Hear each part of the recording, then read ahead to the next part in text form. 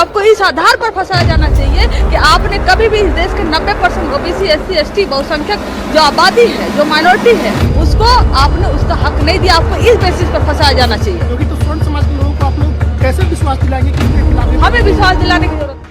तो ये था इन दीदी का यूजीसी के नए रूल्स 2026 को लेकर मानना और सोचना। इनकी जो सखी सहेली है ना, वो भी इनसे कमतर नहीं है। इन सब मामलों में तो वो इनसे भी एक कदम आगे है। बड़ी बेशर्मी के साथ में अभी आपने क्या बोला? जाते तो गर्मी आपके भीतर इतनी है, सामंत की सोच इतनी है, तुरंत बोले वीपी सिंह फेंका गए। ना आपकी हैसियत है वीपी सिंह को फेंकने की, ना आपके पूरे भाजपा की हैसियत है कि वीपी सिंह को फेंक दीजिएगा। आया समझ में? मंडल में सिंह है वो। हवा में फेंक दिया। कौन फेंक दिया? आप फेंक दिए। कौन फेंक दिया वीपी सिंह को? बहुत बेशरम है आप। इस तरह के शब्द क्यों यूज करते हैं? 3 वेदों में ज्ञाता हो गए हैं, ये लेकर भीतर में सामंती वाली मानसिकता घूम रहे हैं।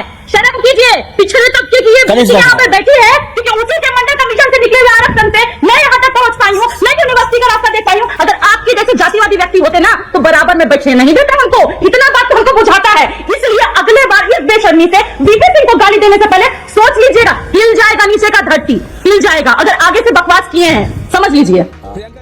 सुनो और देखिए ना अपनी दीदी की भाषा को, क्या फर्क रहा इनमें और उनमें जिन्होंने कभी किसी जमाने में किसी पिछड़े पर अत्याचार किया भी होगा। तो जो उन्होंने कभी किसी पिछड़े के साथ तब किया था, यही पिछड़े आज के तारीख में वही सब कुछ सामान्य वर्ग के साथ कर रहे हैं। इंटरेस्टिंगली दोस्तों, उनमें और इनमें एक बुनियादी फर्क है और वो बुनियादी फर्क ये है कि वो लोग कभी भी विक्टिम कार्ड लेकर नहीं उतरे और ये लोग तो बिना विक्टिम कार्ड के बात ही नहीं करते हैं। इनके हर बात में, हर चीज में विक्टिम कार्ड निकल ही आता है।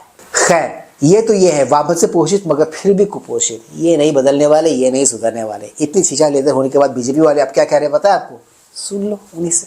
बात बहुत विनम्रता से आश्वस्त करना चाहता हूँ, किसी को उत्पीड़न होने नहीं दिया जाए, कोई भेदभाव नहीं होगा, कोई डिस्क्रिमिनेशन के नाम पे किसी को भी मिसयूज करने का अधिकार नहीं रहेगा।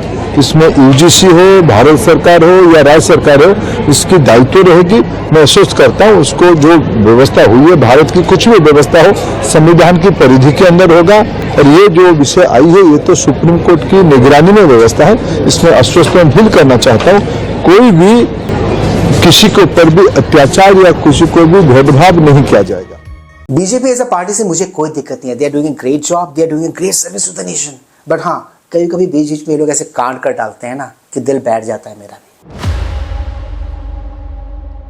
Please like, share, subscribe and high YouTube channel ताकि हम ऐसे कंटेंट्स बनाते रहें और हमारा ये कंटेंट ज्यादा से ज्यादा लोगों तक पहुंचे। तो दोस्तों, ज्यादा वक्त ना गवाते हुए let's go back to the topic then. RJD Kanchana Yadav ने इस देश के सामान्य वर्ग को फेक केस में फंसाए जाने वाला बयान तो दिया था। ये तो हमने भी सुना और आपने भी देखा। अपने इसी बयान को वो एक डिबेट शो के दौरान डिफेंड करने की कोशिश कर रही थी। इनफैक्ट डिफेंड क्या कहें, उसको सफाई देने की कोशिश कर रही थी।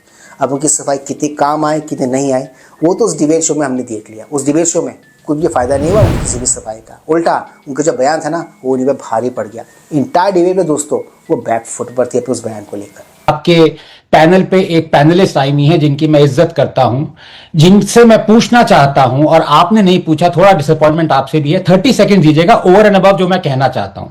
मैं कंचना जी से पूछना चाहता हूं कि वो क्यों एडवोकेट कर रही हैं और आपको इनसे पूछना चाहिए था कि फेक केसेस लगाए जाए। साधारण जाना चाहिए कि आपने इस देश के 90% ओबीसी, एससी, एसटी, बहुसंख्यक जो आबादी है, जो माइनॉरिटी है, उसको आपने उसका हक नहीं दिया। आपको इस बेसिस पे फंसाया जाना चाहिए। कौन समझ लो ये कह रही हैं कि सवर्ण लोगों को फंसाया जाना चाहिए और आप मुझसे आज पूछ रही हैं कि ये मिसयूज नहीं होगा। कंचना जी क्या बोल गई आप? ये है क्या बोल दिया हमने?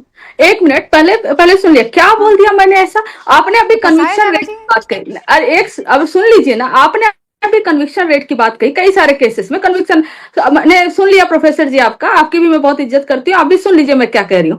कन्विक्शन रेट नहीं, मैं आपसे बहुत प्यार करती हूँ। मैं इज्जत नहीं, मैं बहुत प्यार करती हूँ। पहले आप बताइए आपने ये क्या कह दिया? आपने सच में ये बात कह दी? एक मिनट, फंसाया जाना चाहिए। पहले आप सुनेंगे, पहले आप बोलूं मैं। ईडी और सीबीआई का कितने केसेस, कितना कन्विक्शन रेट है? लेकिन ईडी सीबीआई नहीं। मुझे ये बताइए, आपने कहा कि सवर्णों को फंसाया जाना चाहिए।